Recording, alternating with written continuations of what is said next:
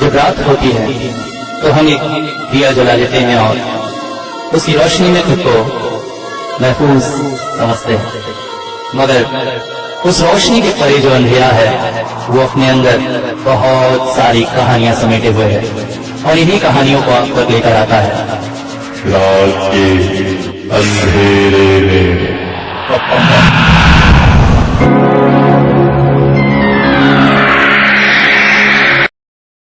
Warning, हमारी story को रात 2 से 4 के बीच कभी मत सुनिएगा, क्योंकि उस समय नेगेटिव एनर्जीज पूरी तरह से एक्टिव रहती हैं और ऐसे में अगर किसी नेगेटिव एनर्जी ने आपको अपने काबू में ले लिया तो इसके लिए हम जिम्मेदार नहीं होंगे। दोस्तों, हमारी जिंदगी में डर का एक अलग ही महत्व है, एक अलग ही मजा है। हम डर कर मजा लेना चाहते हैं, मगर वो डर सिर्फ मजे के लिए किसी और के साथ हुई किसी घटना के बारे में जानने में है। जैसे आप सब रात के अंधेरे में को सुनने आ जाते हैं लोगों के अलग अलग तरह के अनुभव के बारे में, मगर जब वही डर हमारे साथ हो तो हमारे लिए वो एक बुरा सपना बन जाता है। जैसे मान लीजिए आप घर में अकेले हैं, रात को कॉफी बना रहे हैं, टीवी पर आपकी एक पसंदीदा मूवी चल रही है, कॉफी लेकर आप बस उसे देखने का मजा लेंगे, मगर जैसे ही आप कमरे में आते हैं पाते हैं टीवी बंद हो गया है जो आप अभी चालू करके गए थे। अब स्विच वगैरह सब कुछ ठीक है, घर की बिजली का कनेक्शन भी ठीक है, रिमोट की बैटरी भी ठीक है, फिर तभी अचानक टीवी चालू हो जाता है। आप उस पर से ध्यान हटाकर मूवी देखना शुरू कर देते हैं। तभी घर में किसी कीड़े की आमद से अचानक आप अपना ध्यान टीवी से हटाकर गर्दन थोड़ा सा घुमाते हैं और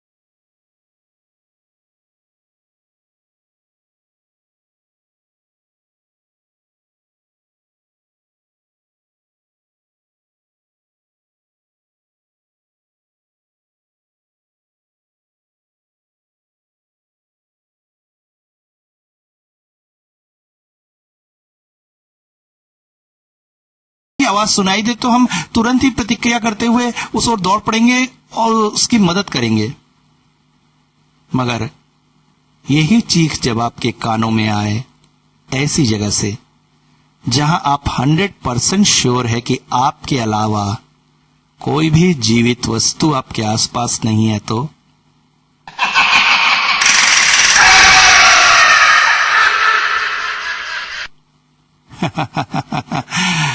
मेरे लिए भी ऐसी ही एक चीख जिंदगी का सबसे भयानक अनुभव बन गई।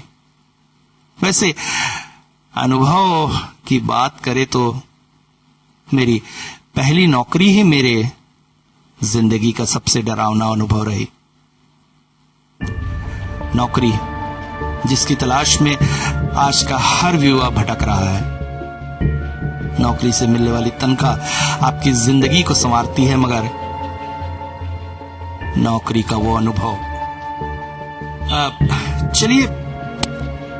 चलिए शुरुआत से ही बताता हूं।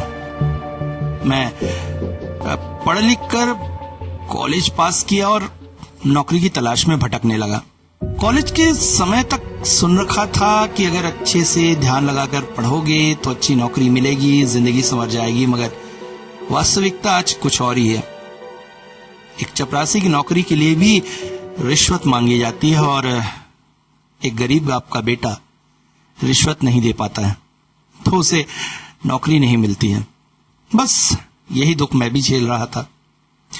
दोस्तों से उधार लेकर किसी तरह अपनी छोटी मोटी जरूरतें पूरी कर रहा था, मगर दोस्त भी कब तक उधार देते। एक नौकरी मेरे लिए बेहद जरूरी हो गई थी। और ऐसे ही समय में पापा के दोस्त इंस्पेक्टर जसपाल जी ने मुझे इस नौकरी के बारे में बताया। हालांकि सुनकर पहले तो न करने का मन किया, मगर 25,000 रुपए तनख्वाह सुनकर इनकार न कर सका। नौकरी थी शहर के सबसे बड़े हॉस्पिटल के मुर्दा घर में नाइट वॉचमैन की। इसमें अजीब क्या हो सकता है, बहुत से लोग ये काम करते हैं। यही सोचकर नौकरी के लिए हामी भर दी। हाँ बोलते ही अगले दिन से ही मुझे ड्यूटी ज्वाइनिंग की आदेश आ गए। अरे इतनी जल्दी? मगर मन में खुशी भी थी कि चलो अंततः बेरोजगारी के इस दौर से छुट्टी तो मिली। अगले दिन मैं ड्यूटी आवर से करीब 1 घंटा पहले ही हॉस्पिटल के लिए निकल पड़ा। यहां बता दूं, मुझे रात के 8 से सुबह के 6 बजे तक की ड्यूटी करनी थी। हॉस्पिटल वैसे तो शहर का काफी फेमस हॉस्पिटल है, काफी बड़ा, हमेशा भीड़ भाड़ लगी ही रहती है। हॉस्पिटल के मेन गेट से होकर कुछ दूरी पर जाने पर एक रास्ता बाईं तरफ कट जाता है, जो धीरे धीरे गहराई में उतरकर सीधा हॉस्पिटल के बेसमेंट में जाता है। यहां पर 2 भाग हैं। एक भाग पार्किंग का है, जहां पर हर तरह की गाड़ियां, कार वगैरह रहती हैं। पास ही में सीढ़ियां नीचे उतर जाती हैं और वहां से एक बड़े से दरवाजे के पीछे है हॉस्पिटल का मुर्दा घर, जिसमें मुझे ड्यूटी करनी थी। मैं अपना सामान लेकर धीरे धीरे सीढ़ियां नीचे उतर रहा था कि तभी वॉचमैन का ड्रेस पहने हुए एक सरदार जी तेज आवाज में चीख पड़े, ओ भरा जी की बात सी, कितने आ रहे हो? जी मैं अभिजीत। ओ अभिजीत तुसी आओ आओ, मैनेजर साहब थोड़ा इंतजार कर रहा है। मैं उसके पीछे पीछे चल पड़ा। उस बड़े से गेट के अंदर एक बरामदा सा था, जहां पर आगे 3 कमरे थे। एक बड़ा सा दरवाजा, पास ही में एक छोटा दरवाजा, और लेफ्ट साइड के एक कमरे में वो व्यक्ति अंदर चला गया। मैं भी उसके पीछे पीछे चला गया। ये ऑफिस था। सामने चेयर टेबल रखे हुए थे, आसपास कुछ फाइलों की अलमारियां थी इत्यादि। सामने ही कोट पैंट पहने, चश्मा लगाए एक बंगाली महोदय बैठे थे। ओ अभिजीत आओ आओ, हम तुम्हारा ही इंतजार करता था। इंस्पेक्टर जसपाल हमको बोला था, तुम्हारा फोटो भी हमको मैसेज कर दिया। तुम्हारा ओरिजिनल डॉक्यूमेंट देख सकता है? जी जी सर, बिल्कुल। मैंने उन्हें अपनी ओरिजिनल डॉक्यूमेंट दिखा दी। ओ ठीक है ठीक है, अब इसका कॉल सवेरे फोटोकॉपी दे देना, हम तुम्हारा अपॉइंटमेंट लेटर बनवा देगा। देखो ये तुम्हारा ऑफिस होगा, रात में तुमको बस यहाँ रहना है। और तुम्हारा काम होगा रात का 10 बजे के बाद, जब यहाँ का सारा स्टाफ चला जाए, वो बड़ा गेट को बंद करके ताला लगा देना, और बाहर से किसी को भी किसी हाल में अंदर नहीं आने देना है, जब तक अथॉरिटी लेटर तुमको नहीं दिया जाता है। वैसे तो कोई भी अंदर नहीं आएगा, मगर फिर भी थोड़ा सावधानी रखना, ठीक है? अब बाकी सरदार जी तुमको बता देगा। आदेश पाकर सरदार जी मुझे अपने साथ ले गए। उन्होंने मुझे सिक्योरिटी गार्ड की ड्रेस दी। पहनकर मैं तैयार ही हो रहा था। वो बोले, अब ऐसे तो या की ड्यूटी में कोई बुराई नहीं है, आराम से चंगा चंगा तुसी रात भर सोना और सवेरे दरवाजे का ताला खोल देना। मगर एक बात ध्यान रखना कि बाहर से कोई अंदर ना आ सके और अंदर से भी कोई बाहर ना जा सके। अंदर से कोई बाहर ना जा सके? ये कैसी बात हुई? अंदर से बाहर कौन जाएगा? मैंने थोड़ा चौंकते हुए कहा। ओ प्रा मजाक कर रिया सी यार, मजाक कर रिया सी। ऐसे सबे कुछ यहाँ ठीक है, मगर जब से वो 9 नंबर वाली लाश आई है, इसीलिए तो थोड़ी इतनी जल्दी पोस्टिंग हुई? थोड़े पहले जो गार्ड था वो परसों यहाँ बेहोश हालत में मिला, अभी भी कोमा में है। क्या? अरे छड्डो यार, तुसी ये सब बातें विच ध्यान मत दो। आओ मैं तुझे काम समझा दूं। सरदार जी मुझे अपने साथ लेकर गए। उन्होंने मुझे एक बड़ी सी डायरी दी जिसमें लाशों के आने और जाने की एंट्री करनी होती थी। जिसे स्टडी करके मैंने पाया कि आज दिन भर में कोई भी लाश नहीं आई है, मतलब आज मुझे आराम से ही रहना है। साथ ही मुझे एक रूल बुक की कॉपी दी गई। सरदार जी ने कहा, इसे अच्छे से पढ़ लो यार, ये ਤੁਹਾਡੇ बहुत कामदा है। मैं ऑफिस में बैठकर रजिस्टर में एंट्री करने की प्रोसेस देख रहा था। उसके बाद मैंने रूल बुक की कॉपी उठाई और पढ़ने ही वाला था कि अचानक मैनेजर साहब एक डॉक्टर के साथ तेज कदमों से चलकर आए। अब 9 नंबर का जो लाश है उसका पोस्टमार्टम होना है, डॉक्टर साहब करेगा, तुम जरा इनका हेल्प कर दो। तो कहकर मैनेजर साहब दूसरे काम में लग गए। मैं चलकर गया तो देखा सामने वाले कमरे की लाइट जल रही थी, शायद वहां कोई था। अंदर गया तो 2 वार्ड बॉय थे जिन्होंने टेबल पर एक सफेद कपड़ा ढके हुए लाश को रखा हुआ था। डॉक्टर साहब अंदर आए, लाश से कपड़ा हटाया। कोई 20-22 साल की एक लड़की की लाश थी। वार्ड बॉय से पूछने से पता चला कि रोड एक्सीडेंट में मरी है। कोई उसे टक्कर मारकर भाग गया था। किसने एक्सीडेंट किया ये तो पता नहीं चला, मगर स्पॉट डेड हो गई। डॉक्टर साहब उससे चीरना फाड़ना शुरू कर दिए। वहां से आती हुई सड़े हुए मांस की बदबू ने मुझे उल्टी सला दिया। मैं तुरंत ही वहां से बाहर आ गया। मैंने सोचा जब तक ये काम चलता है आसपास का ऑफिस घूम लूं। हाँ, आसपास का बोले तो सामने वाला बड़ा दरवाजा ही बस था। उसे खोलते ही जब मैं अंदर गया तो एक सिहरन सी दौड़ गई। वो था मर्चुरी, जहां ठंड के मारे मैं कांप उठा था। अंदर हाई स्पीड में एसी चल रहा था। कमरे की दीवार पर बड़े बड़े दराज बने हुए थे और इन दराज के अंदर थी लाशें जो शांत सौम्य नींद में सो रही थी और इंतजार कर रही थी उनके वारिसों के आने का, ताकि अंतिम क्रिया नसीब हो सके। मैंने एक बार पूरी कमरे का निरीक्षण किया। पूरा कमरा प्रकाश से जगमगा रहा था। फिर बाहर आकर दरवाजा बंद कर दिया। ठीक इसी कमरे के पास एक छोटा सा वॉशरूम भी था। मैं वापस आकर ऑफिस में बैठ गया। अभी मेरे करने के लिए कुछ था नहीं। यहां पर इंटरनेट हाई स्पीड में है। मोबाइल ऑन किया, तभी अचानक बहुत सारे फेसबुक पर फ्रेंड रिक्वेस्ट देखी। देखकर मन खुश हो गया। हॉस्पिटल के कुछ जूनियर स्टाफ्स ने भेजे थे मुझसे कांटेक्ट में रहने के लिए। इन्हीं के बीच एक फ्रेंड रिक्वेस्ट के साथ साथ मैसेंजर पर मैसेज भी था, डॉक्टर नलिनी का। लिखा हुआ था, वेलकम टू द हॉस्पिटल।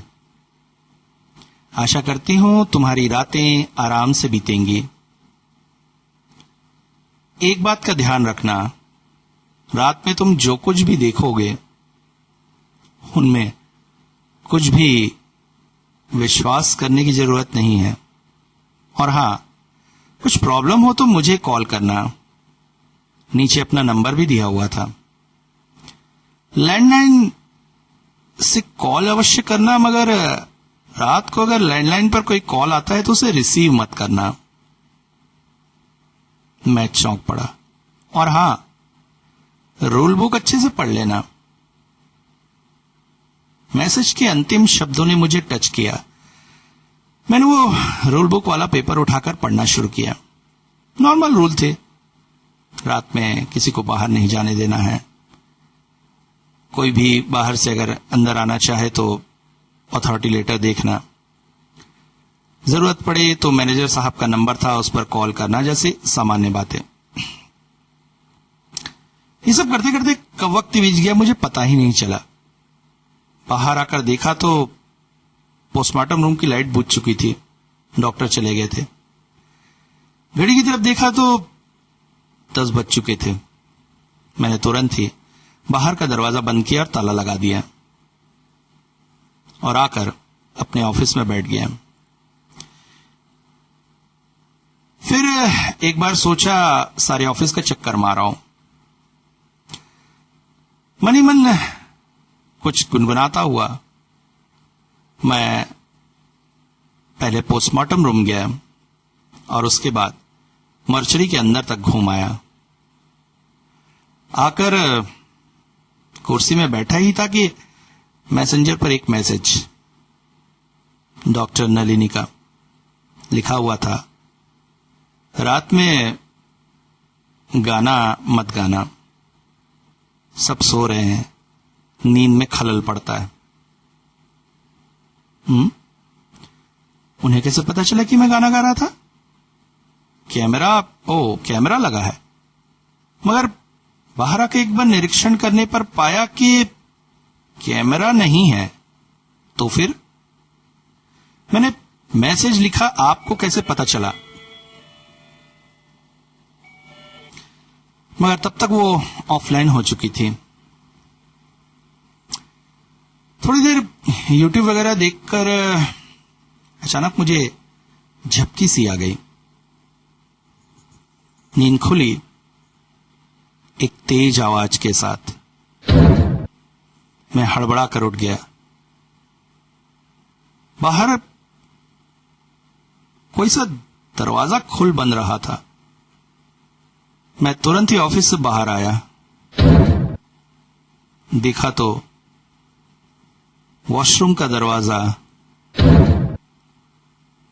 बंद हो रहा था और खुल रहा था।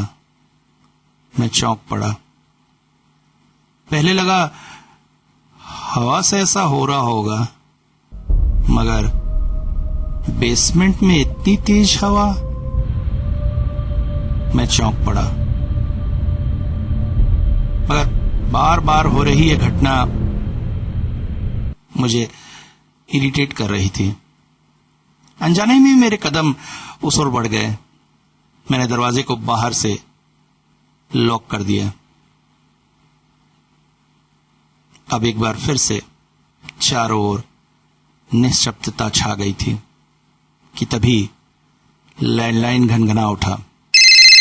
मैं तेज कदमों से लैंडलाइन के पास गया, फोन उठाया। हेलो डॉक्टर साहब, 9 नंबर की दराज खुली हुई है, उसे बंद कर दीजिए। जी। फोन रखकर मैं मर्चरी के अंदर गया। देखा सच में 9 नंबर वाला दराज खुला हुआ था। अभी तो इस मुर्दे का पोस्टमार्टम हुआ था। शायद वार्ड बॉय लोग बंद करना भूल गए होंगे। मैंने दराज को अच्छे से बंद किया और वापस अपने ऑफिस में आ गया। अभी चेयर पर बैठा ही था कि अचानक फिर से फोन घनघना उठा। हेलो डॉक्टर साहब, 9 नंबर का दराज फिर खुल गया है, बंद कर दीजिए। जी, मगर आप कौन? फोन कट चुका था। मैं एक बार फिर से उठकर मर्चरी के अंदर गया। आश्चर्य, अभी तो मैं इसे बंद करके गया था। लगता है इसका स्क्रू वगैरह कुछ ढीला हो गया, इसलिए खुल जाता है। दराज को अच्छे से बंद करके वापस आते समय एक बार मेरा ध्यान इस बात पर गया कि आखिर फोन कौन कर रहा है। जरूर कोई डॉक्टरी स्टाफ होगा। इस कमरे में कहीं ना कहीं तो कैमरा है, नहीं तो उनको पता कैसे चला कि तभी अचानक मेरे कानों में पड़ी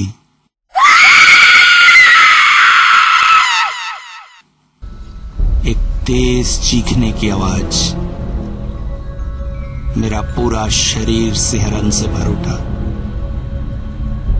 मुझे अच्छी तरह पता था कि हॉस्पिटल के इस बेसमेंट में रात के 12:15 बजे मेरे अलावा जो भी है सब मौत की गोद में सोए हुए हैं। तो फिर कौन चीखा? क्या सरदार जी इसी की बात कर रहे थे? किसी को अंदर से बाहर नहीं जाने देना? मैं सिहरन से भरा हुआ था कि तभी मेरे कानों के पास आवाज आई, मुझे न्याय चाहिए। उस गाड़ी वाले ने मुझे मारा है। पुलिस जानबूझकर उसे बचा रही है। जब तक उसे पकड़ा नहीं जाएगा मैं इसी तरह सबको तंग करूंगी। कौन? मैंने आसपास देखा मगर कोई नहीं था। मगर आश्चर्य, 9 नंबर के दराज फिर से खुला हुआ था। मैं तेज कदमों से उस ओर गया और दराज बंद करने के लिए जैसे उसे धकेलने लगा, ये क्या? ये तो खाली है। हाँ, ये कैसे खाली हो सकता है? दराज बंद करके तेज कदमों से मैं वहां से बाहर निकल आया।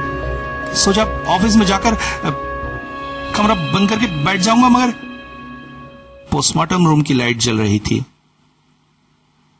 मैं चौंक पड़ा। एक बार अच्छे से सोचा तो जाने से पहले मैंने खुद लाइट चेक की थी, लाइट बंद थी। एहसास हुआ जैसे पोस्टमार्टम रूम में कोई है, मगर बाहर के दरवाजे पे मैंने खुद ताला लगाया है। फिर भी एक बार हिम्मत करके पोस्टमार्टम रूम की ओर चल पड़ा। देखा तो वही लाश टेबल पर रखी हुई थी और एक लेडी डॉक्टर उसके चीड़-फाड़ कर रही थी। लाश की आंखें स्थिर ऊपर की ओर देख रही थी। डॉक्टर अपने काम में मगन थी। मैंने कहा, एक्सक्यूज मी डॉक्टर, आप अंदर कैसे आई?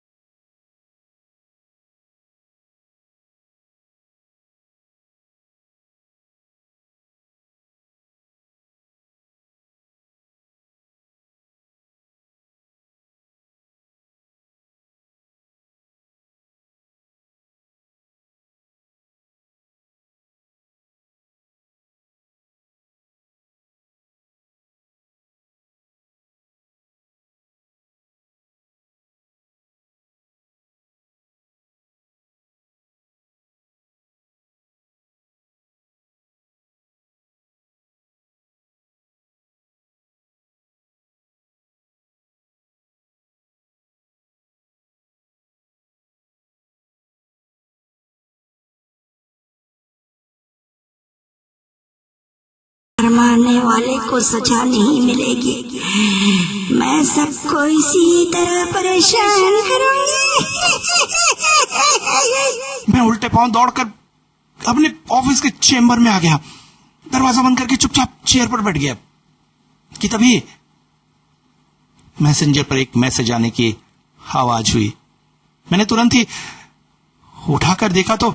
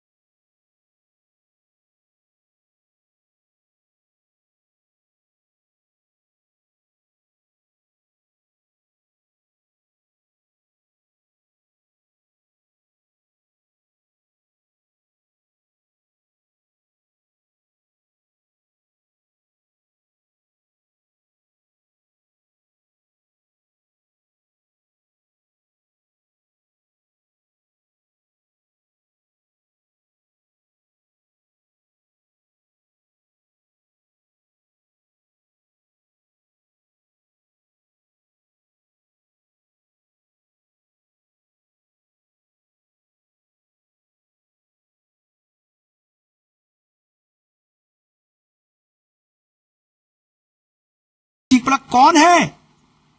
तभी आवाज आई, डॉक्टर साहब 9 नंबर का दराज फिर खुल गया है। मैं चौंक पड़ा। कौन? मैं कौन हूँ छोड़िए, 9 नंबर के दराज को बंद करिए, बड़ी परेशानी हो रही है। जाओ यहां से, जाओ। मैं बाहर नहीं आऊंगा, मैं किसी हद से बाहर नहीं आऊंगा। डॉक्टर साहब दराज तो बंद कर दीजिए।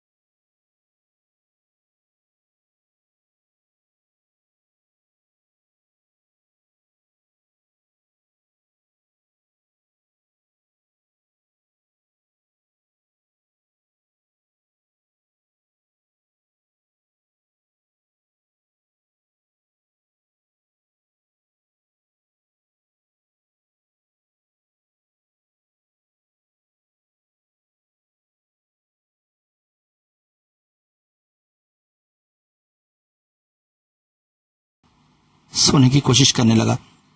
तभी ध्यान आया जेब में हेडफोन पड़ा हुआ है।